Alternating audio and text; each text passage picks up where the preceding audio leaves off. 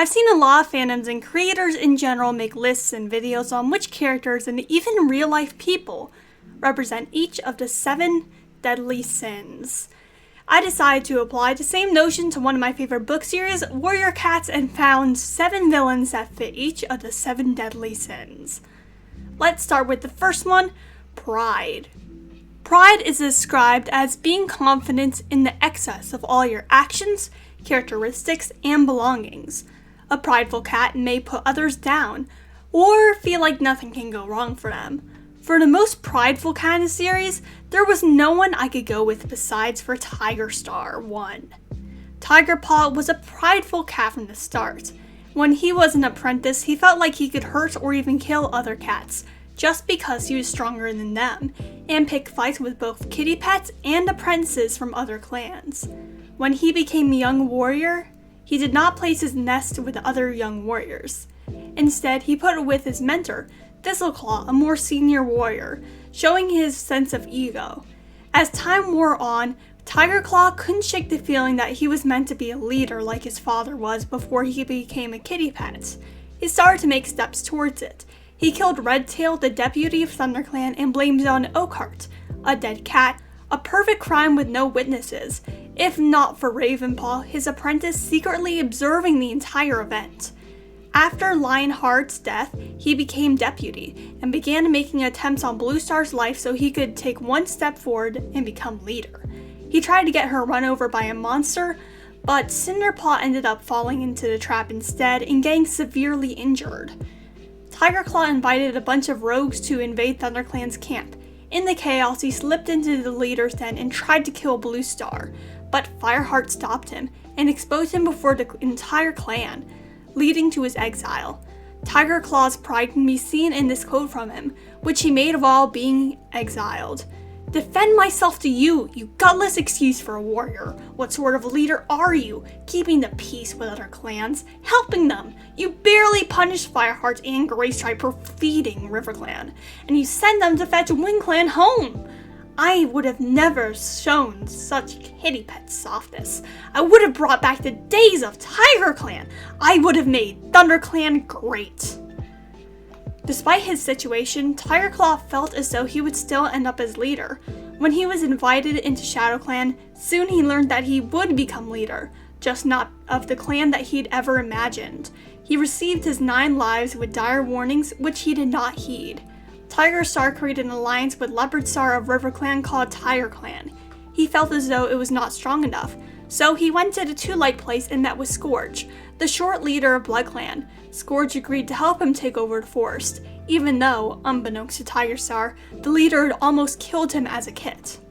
Tiger Star underestimated Scourge, and that would be his downfall.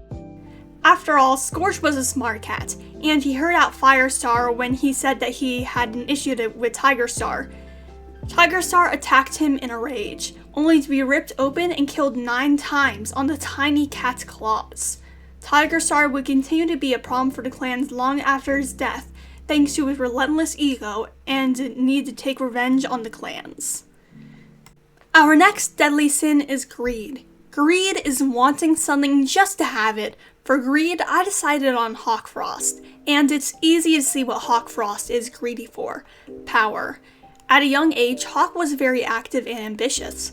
Once his family joined RiverClan, that ambition was directed into becoming the best warrior he could be. Over time, Hawkfrost learned about his father, Tiger Star's wrongdoings.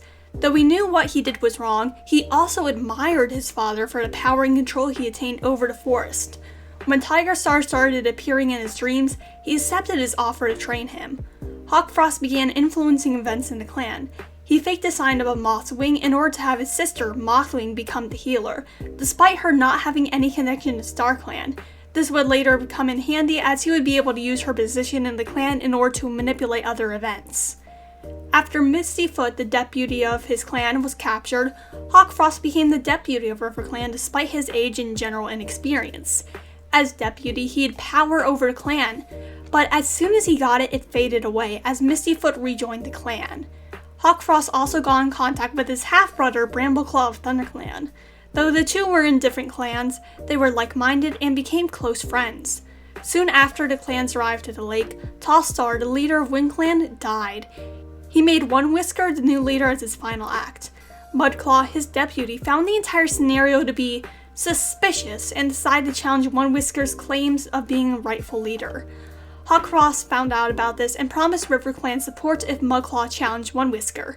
If he provided support, then he would be made deputy of Wind Clan. However, on the day of the challenge, the support he promised did not arrive, and Mudclaw's rebellion was crushed. Hawkfrost viewed Stormfur and Brook as threats to him gaining power in River Clan. So, playing off of a previous scheme, he got Mothwing to fake a sign that they did not belong in the clan. The two left and would later go back to the tribe. He continued to get closer to Brambleclaw and trained with him in the Dark Forest. He collaborated with the ThunderClan cat Ashfur to create an opportunity to kill Firestar, so that Brambleclaw could become leader of ThunderClan. However, Brambleclaw refused to kill his leader and killed Hawkfrost instead, bringing his want of power to an end. For our next deadly sin, we have lust. Lust can be exemplified by cheating on partners or taking a large number of partners. For that reason, most people would expect me to choose Crowfeather or perhaps even Appledusk.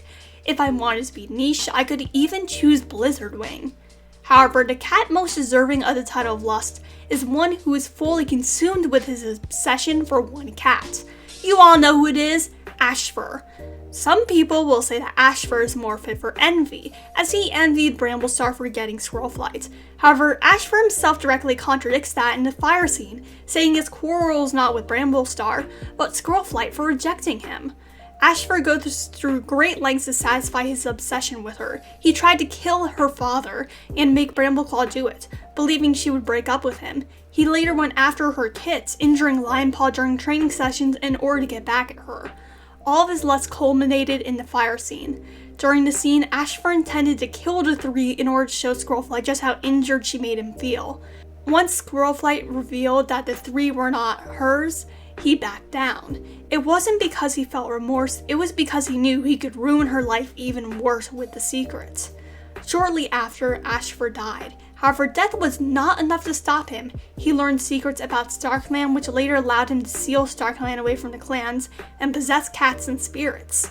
Using his abilities, he took over Bramblestar's body and ordered cats to do ridiculous things in order to isolate Squirrelflight and exert his control over more cats. When the truth was finally revealed, he kidnapped Squirrelflight and dragged her into the Dark Forest, still convinced that somehow she would love him despite all that he'd done out of lust. Ashfur eventually died. He was defeated not by anger, but by the true love of Bristlefrost, who died thinking of her love, whilst Ashfur likely died only thinking of his obsession. Next up, we have envy. Envy is wanting something that belongs to someone else. This can be an object, a physical characteristic, societal standing, etc. Mapleshade was originally my candidate for Wrath, but I feel like she fits envy better. I don't think I need to talk about all the things that qualify her for Wrath, so let's skip to the envy.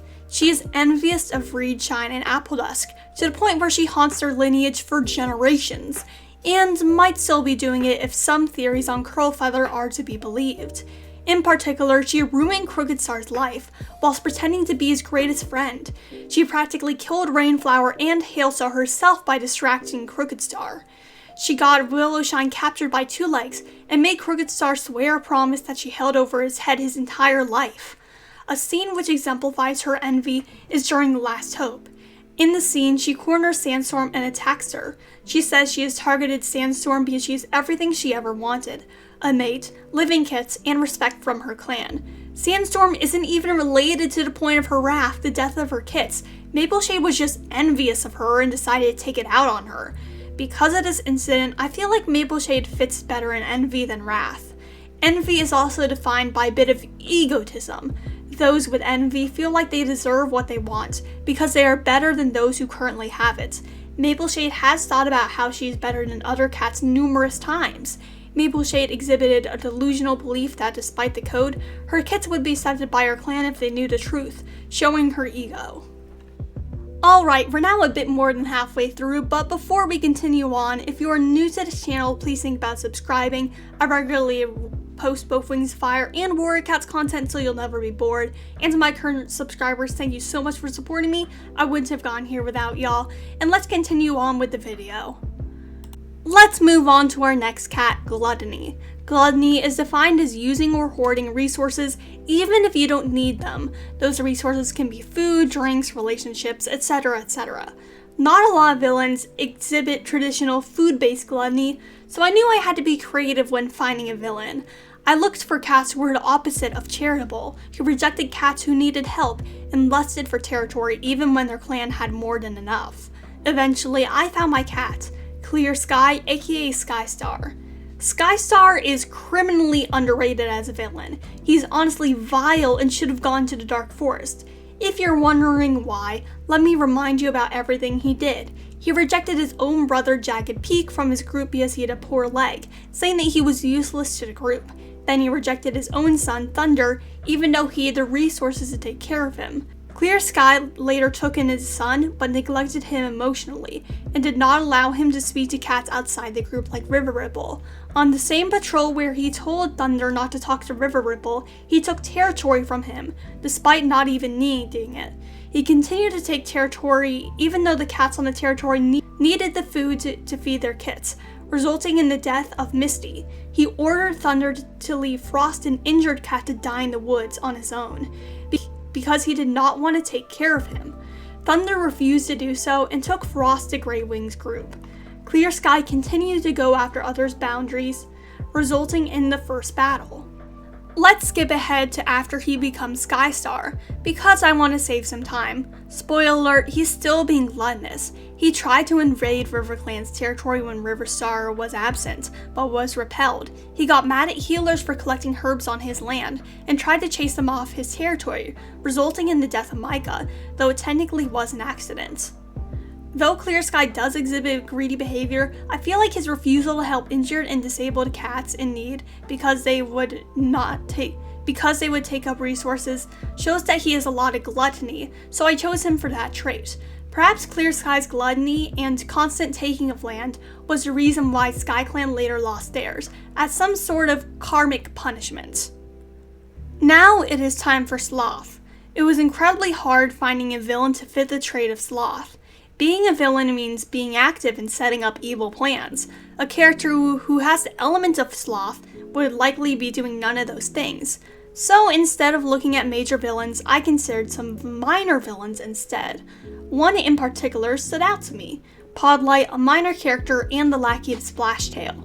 Podlight wasn't a member of the initial coup where Curl Feather and Splashtail killed Misty Star and Reed Whisker. He was left in the dark by Splashtail, his brother.